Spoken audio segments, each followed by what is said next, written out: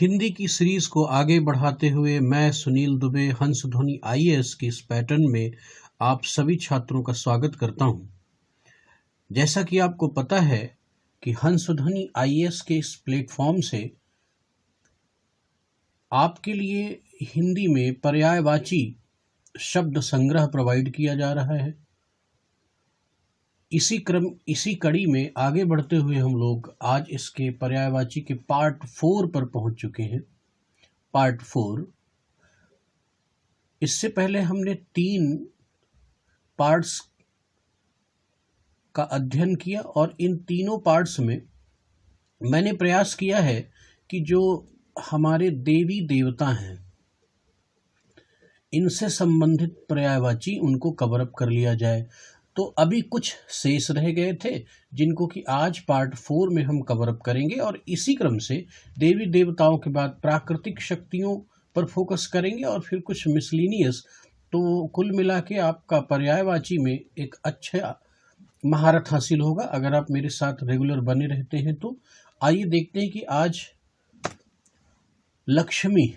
लक्ष्मी को सेलेक्ट किया गया है। अब ध्यान से समझिए, पहले लक्ष्मी के लिए कुछ महत्वपूर्ण बातें। लक्ष्मी जी का उद्भव कैसे हुआ, पहले इस पर आप थोड़ा एक पौराणिक गाथा को समझ लें। तो आपने देखा होगा कि देवता प्लस दानव इन दोनों लोगों ने मिल करके समुद्र मंथन किया। क्या किया? समुद्र मंथन किया। और इसी समुद्र मंथन के दौरान कुछ रत्न निकले जिसमें 9 प्रमुख रत्न रहे और इन 9 रत्नों में से लक्ष्मी जी का भी उद्भव हुआ। और इनका वर्ण किन्होंने किया? तो भगवान श्री हरि अर्थात विष्णु। ये एक छोटी सी कहानी से आपको कुछ आइडिया बनेगा शब्दों का। और दूसरी बात समझ लें, लक्ष्मी जी को जब मैं कुबेर पढ़ा रहा था उस समय डिटेल किया था, लेकिन पुनः मैं इसको डिटेल करता हूँ। लक्ष्मी जी को धन, वैभव, संपत्ति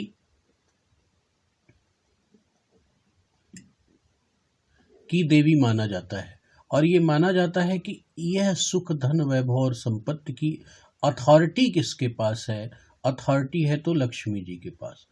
ठीक, तो यहीं से हम इन पौराणिक गाथाओं और इन विशेष लिंक्स के माध्यम से लक्ष्मी के पर्यायवाची को आराम से समझ लेंगे। और बच्चों देखना, मेरा उद्देश्य ये नहीं है कि मैं आपको कुछ पर्यायवाची शब्द प्रोवाइड केवल करूं, नहीं, मैं उनमें आपको खेलना सिखाता हूं। खेलें, आप कैसे सीखेंगे? कुछ तो याद करना है। जो मैंने बताया था कि प्राइम टेक्निक क्या है? याद करना। इसका कोई सानी नहीं, लेकिन याद करने के लिए रिकॉल कोई चीज जो होता है, जब एक हम लोग साइकोलॉजिकल खूंटी बनाते हैं और उस खूंटी पर हम अपनी इंफॉर्मेशन को टांग देते हैं तो सही ढंग से इंफॉर्मेशन रखी रहती है। जैसे ही हमने अपने रिकॉल करने के लिए माइंड रूपी कमरे में इंटर करते हैं तो वो खूंटी दिख जाती है, वहां से इंफॉर्मेशन निकालते हैं। इन्हीं के लिए हम लोग न्यूमेनिक्स का यूज करते हैं, तो जिसको हम लोग कोडिंग बोलते हैं। दिमाग में कुछ भी कोडिंग आपने तैयार कर लिया, और मैं कहता हूं कि हर बच्चा अपने से कोडिंग को तैयार करे। तो पौराणिक गाथा यानी पर्यायवाची पर पकड़ बनाने की 3 विधा है कि हम क्या करें, अपने पौराणिक गाथा को थोड़ा सा समझ लें तो देवी देवताओं के संदर्भ में पर्यायवाची शब्द निकल आएंगे। कुछ हम लोग क्या करें, न्यूमेनिक्स बना लें।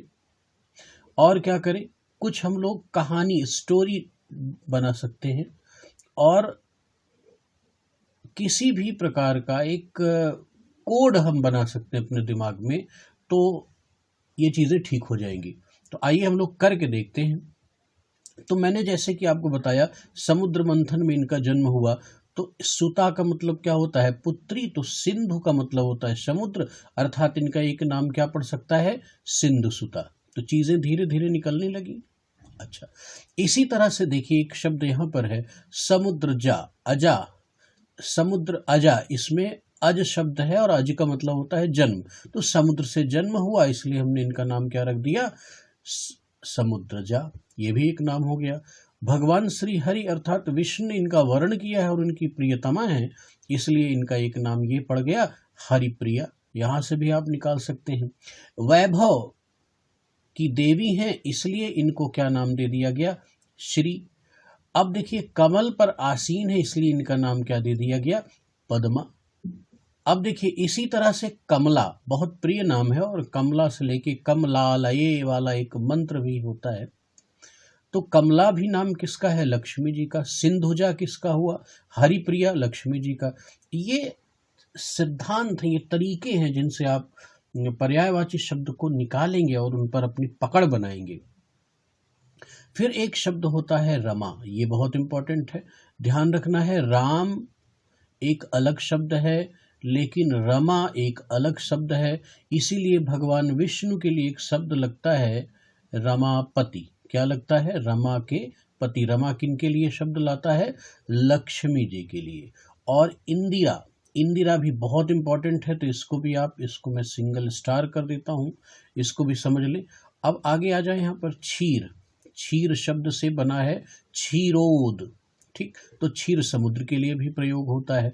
और एक शब्द है इनका भार्गवी। तो भार्गव से इनकी उत्पत्ति की कुछ पौराणिक गाथा है, जिसकी वजह से इनका नाम हो गया भार्गवी। तो ये शब्द हैं लक्ष्मी से संबंधित। अगर इनको आप ठीक ठीक कर ले रहे हैं, इनकी पौराणिक गाथा को समझ गए, तो लक्ष्मी से रिलेटेड पर्यायवाची शब्द को आराम से कर लेंगे। आइए चलते हैं अगली स्लाइड में।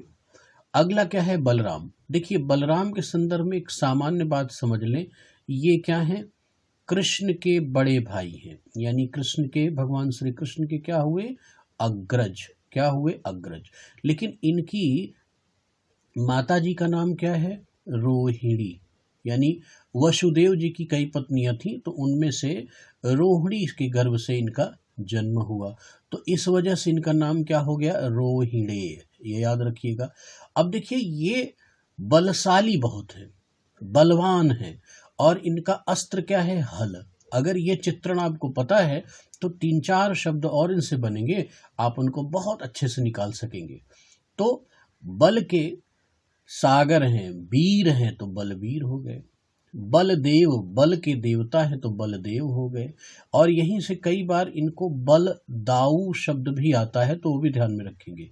बलभद्र भी इन्हीं के लिए लगता है। देखिए तो मैंने कहा कि हल इनका क्या है, अस्त्र है, अस्त्र। तो इस वजह से एक नाम इनका हलधर हो गया, क्योंकि अस्त्र के रूप में ये हल धारण करते हैं। हल से ही इनका एक नाम हो गया हली। और बहुत इंपॉर्टेंट शब्द है हलायुध, इसको थोड़ा सा ध्यान रखिएगा। हलायुध क्यों कहा, मैंने आपको बताया कि हल इनका अस्त्र है, और अस्त्र के लिए जो शब्द यूज होता है वो आयुध होता है। आयुध माने भी क्या होता है, अस्त्र। तो अर्थात जिनका आयुध हल है, तो वो क्या हो गए, हलायुध। तो रोहिणी, बलबीर, बलदेव, बलभद्र, हलधर, हली और हलायुध, इतने नाम हैं बलराम जी के। और इतने अगर कर लेते हैं तो आपके एग्जाम में आपको सफलता मिल जाएगी। And that's all. आगे चलते हैं, हनुमान जी। तो हनुमान जी की लगभग सभी बच्चे पूजा करते हैं, और करना भी चाहिए। तो पहला शब्द जो है उसकी कहानी से इसको दिमाग में रखेंगे। अंजनेय, आंजनेय शब्द है, तो ध्यान रखिएगा। अंजनी, अंजनी कौन है, इनकी माता जी। तो इनकी माता जी अंजनी है, और अंजनी की ये लाल है, इसलिए शब्द क्या आया, आंजनेय। ये ध्यान रखिएगा। कपीस, इनको वानर कहा जाता है, यानी वानर जाति से ये थे, तो वानर के लिए एक शब्द यूज होता है कपि, इसलिए इनको कपीस शब्द इनके लिए लगाया गया। कपि के ईश्वर, यानी कपियों में श्रेष्ठ। पवन देव को इनका पिता माना जाता है, पिता। लेकिन ध्यान रखना है सभी बच्चों को कि पिता एक लौकिक है और एक पारलौकिक है। तो पारलौकिक पिता के रूप में पवन को रखा जाता है, और लौकिक पिता के रूप में जो कि अंजनी के पति हैं, वो कौन है, केशरी। तो इनका नाम केशरी से भी जुड़ेगा, अभी दिखाता हूँ। पवन पुत्र, पवन के ये क्या हो गए, पुत्र हो गए। और पवन के पुत्र हैं, तो पुत्र के लिए सुत शब्द भी आता है, तो पवन सुत हो गए। पवन कुमार भी इनके लिए ही यूज होता है। और बलवान है, इसलिए क्या एक शब्द हुआ, महावीर।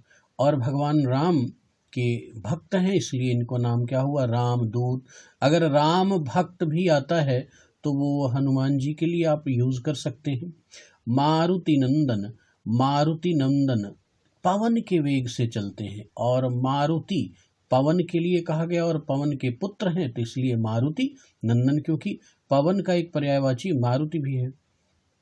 मारुति तनय, तो उसी पवन पुत्र से ही मारुति तनय, जैसे मारुति नंदन बना है, तनय का भी मतलब पुत्र होता है, उसी से इस शब्द का जन्म हुआ। बजरंगी, देखिए बजरंगी क्यों कहते हैं, बजरंग बली क्यों कहते हैं, ये शब्द बना है वज्रांग। वज्रांग मतलब वज्र के समान, जिनके अंग हैं, जिनका शरीर है वज्र के समान कठोर है, तो उसी का अपभ्रंशित स्वरूप हो गया और ये बजरंग हो गया। तो बजरंगी और बजरंग बली यहीं से आया है। तो जैसा कि मैंने आपको बताया था कि इनके लौकिक पिता केसरी हैं। कौन है, केसरी। तो यहाँ से हम एक शब्द इनके लिए लिख सकते हैं केसरी नंदन। केसरी नंदन भी आप बढ़ा लीजिएगा। तो ये सारे हनुमान जी के पर्यायवाची हैं। आई थिंक इतनी स्टोरी के बाद आप कर लेंगे। आंजनेय, कपीश, पवन पुत्र, पवन सुत, पवन कुमार, महावीर, रामदूत, मारुति नंदन, मारुत तनय, बजरंगी, बजरंग बली, केसरी नंदन। आइए आगे चलते हैं। अब देखिए भगवान हनुमान जी के आराध्य श्री राम हैं, तो राम के कुछ पर्यायवाची शब्द जो एग्जामिन के तो अनंत नाम है, लेकिन ध्यान में रखना है कुछ पर्यायवाची शब्द जो एग्जाम के पॉइंट ऑफ व्यू से इंपॉर्टेंट है, उनको यहाँ पर रखना आवश्यक है। देखिए ये रघु के कुल में, इनके पूर्वजों में एक थे राजा रघु। कौन थे, राजा रघु। तो राजा रघु से ही इनका नाम क्या हो गया, रघुकुल के वीर है इसलिए रघुवीर।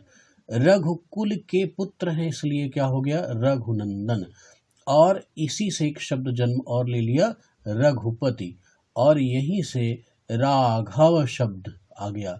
चूंकि इनकी नगरी, इनकी जो कैपिटल है वो थी अवध। अवध, जिसको कि हम लोग अयोध्या के नाम से भी जानते हैं। अयोध्या में भव्य राम मंदिर बन रहा है, आप सभी लोग जाएं दर्शन करें। तो इनका एक नाम हो गया अवधेश। उसके बाद सीता माता इनकी पत्नी है, तो सीता के ये पति हुए इसलिए इनका एक नाम सीतापति भी हो गया। रामचंद्र, और कितने नाम हैं, बहुत सारे नाम हैं, लेकिन जो ध्यान में रखना है कि जो एग्जाम के पॉइंट ऑफ व्यू से इम्पोर्टेंट है, उन चीज़ों को मैंने यहाँ पर अडॉप्ट किया है, यहाँ पर संग्रहित किया है, कंपाइल किया है। तो बच्चों एक नाम उनका पुरुषोत्तम है, ये ध्यान में रखना है। पुरुषोत्तम, इनके लिए एक शब्द क्या पूरा लगाया जाता है, मर्यादा पुरुषोत्तम राम।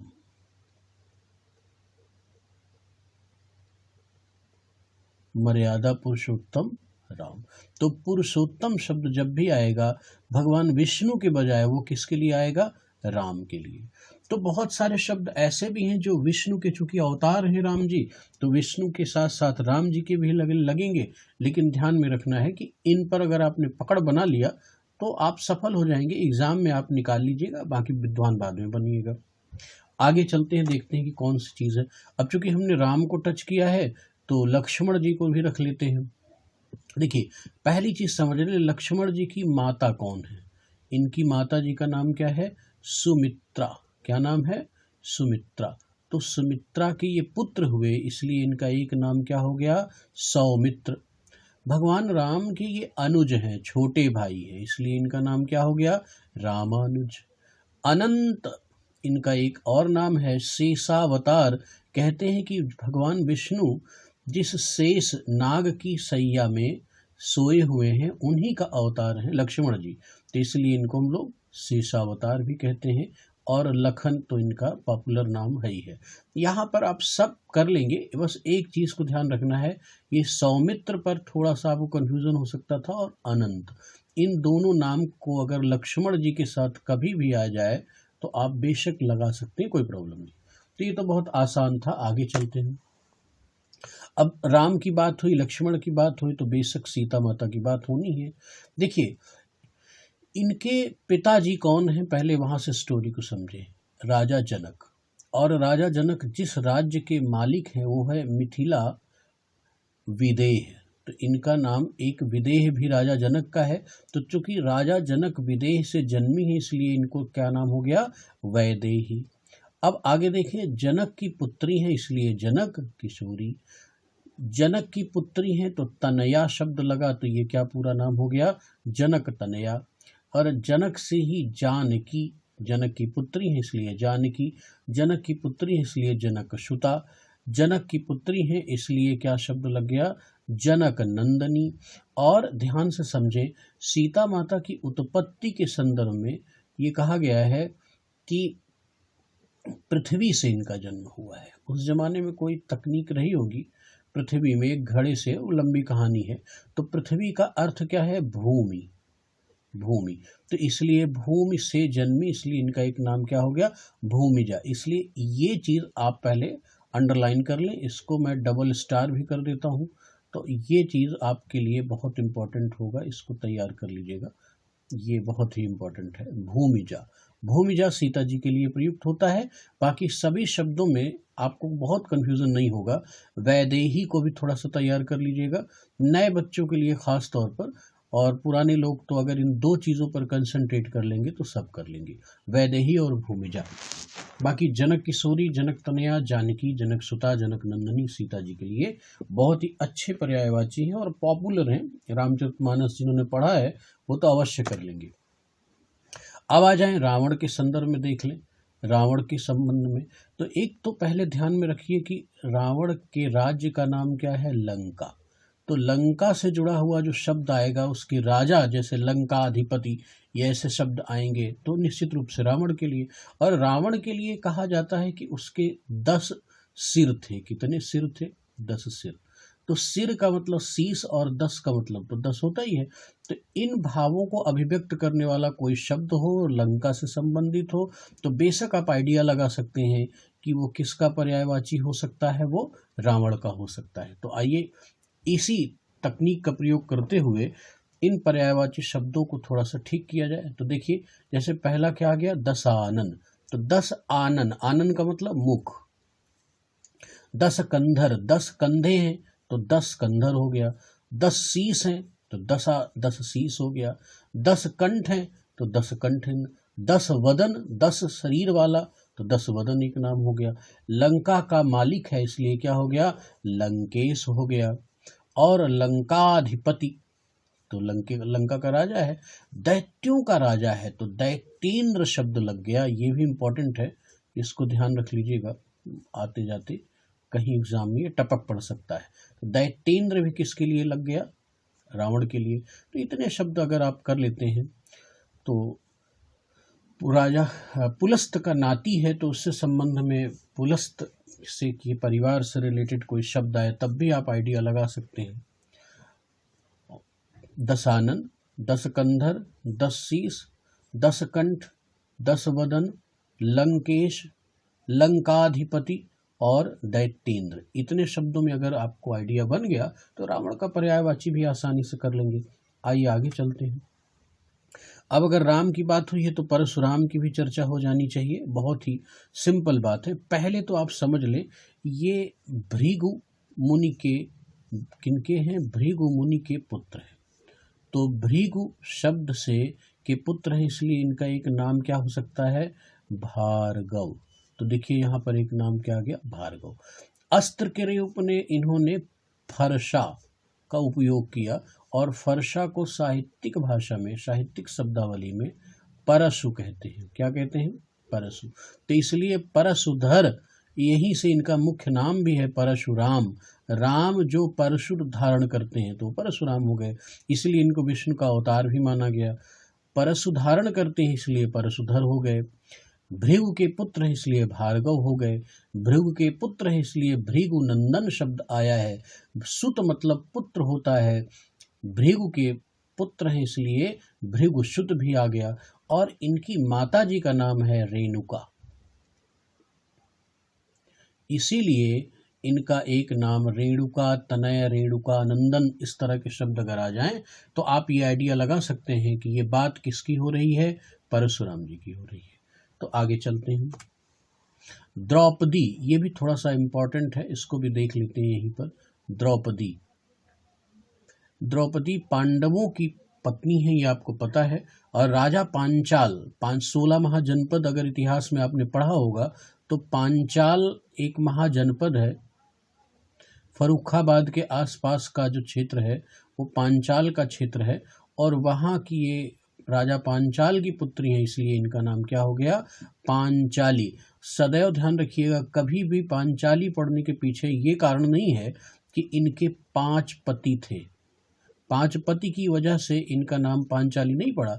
राजा पांचाल की पुत्री है इसलिए इनका नाम पड़ा पांचाली। और इनका नाम द्रुपद था। राजा जो पांचाल हैं उनका नाम क्या था, द्रुपद। तो द्रुपद की पुत्री हुई इसलिए द्रुपद सुता भी इनका नाम है। और मोस्ट इम्पॉर्टेंट सैरंध्री, ये भी इनका नाम है। अब इसकी विवेचना में नहीं जाना है, बस इनको दिमाग में रख लेना है, सैरंध्री। तो मैं इनके लिए डबल स्टार कर रहा हूँ। और एक है याज्ञसेनी। इसके पीछे रीजन ये है कि ऐसा माना गया है कि इनका जन्म यज्ञ से हुआ है, इसलिए हम इन्हें याज्ञसेनी कहते हैं, और इसे भी आप डबल स्टार ही कर लीजिएगा। ये दोनों शब्द द्रौपदी के संदर्भ में बहुत ही पॉपुलर हैं, सैरंध्री और याज्ञसेनी।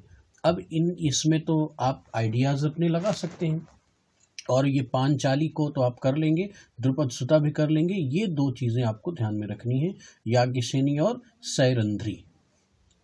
तो आगे आइए बढ़ते हैं। तो आगे अब कोई भी स्लाइड नहीं है, इसका मतलब कि आज की क्लास समाप्त हुई। बच्चों, मैं थोड़ा सा आपसे रिक्वेस्ट करूंगा कि चैनल को ग्रो करने के लिए सब्सक्राइब करें और थोड़ा सा इसको फॉरवर्ड करें तो पॉपुलर हो जाए। आज की क्लास के लिए बहुत बहुत धन्यवाद।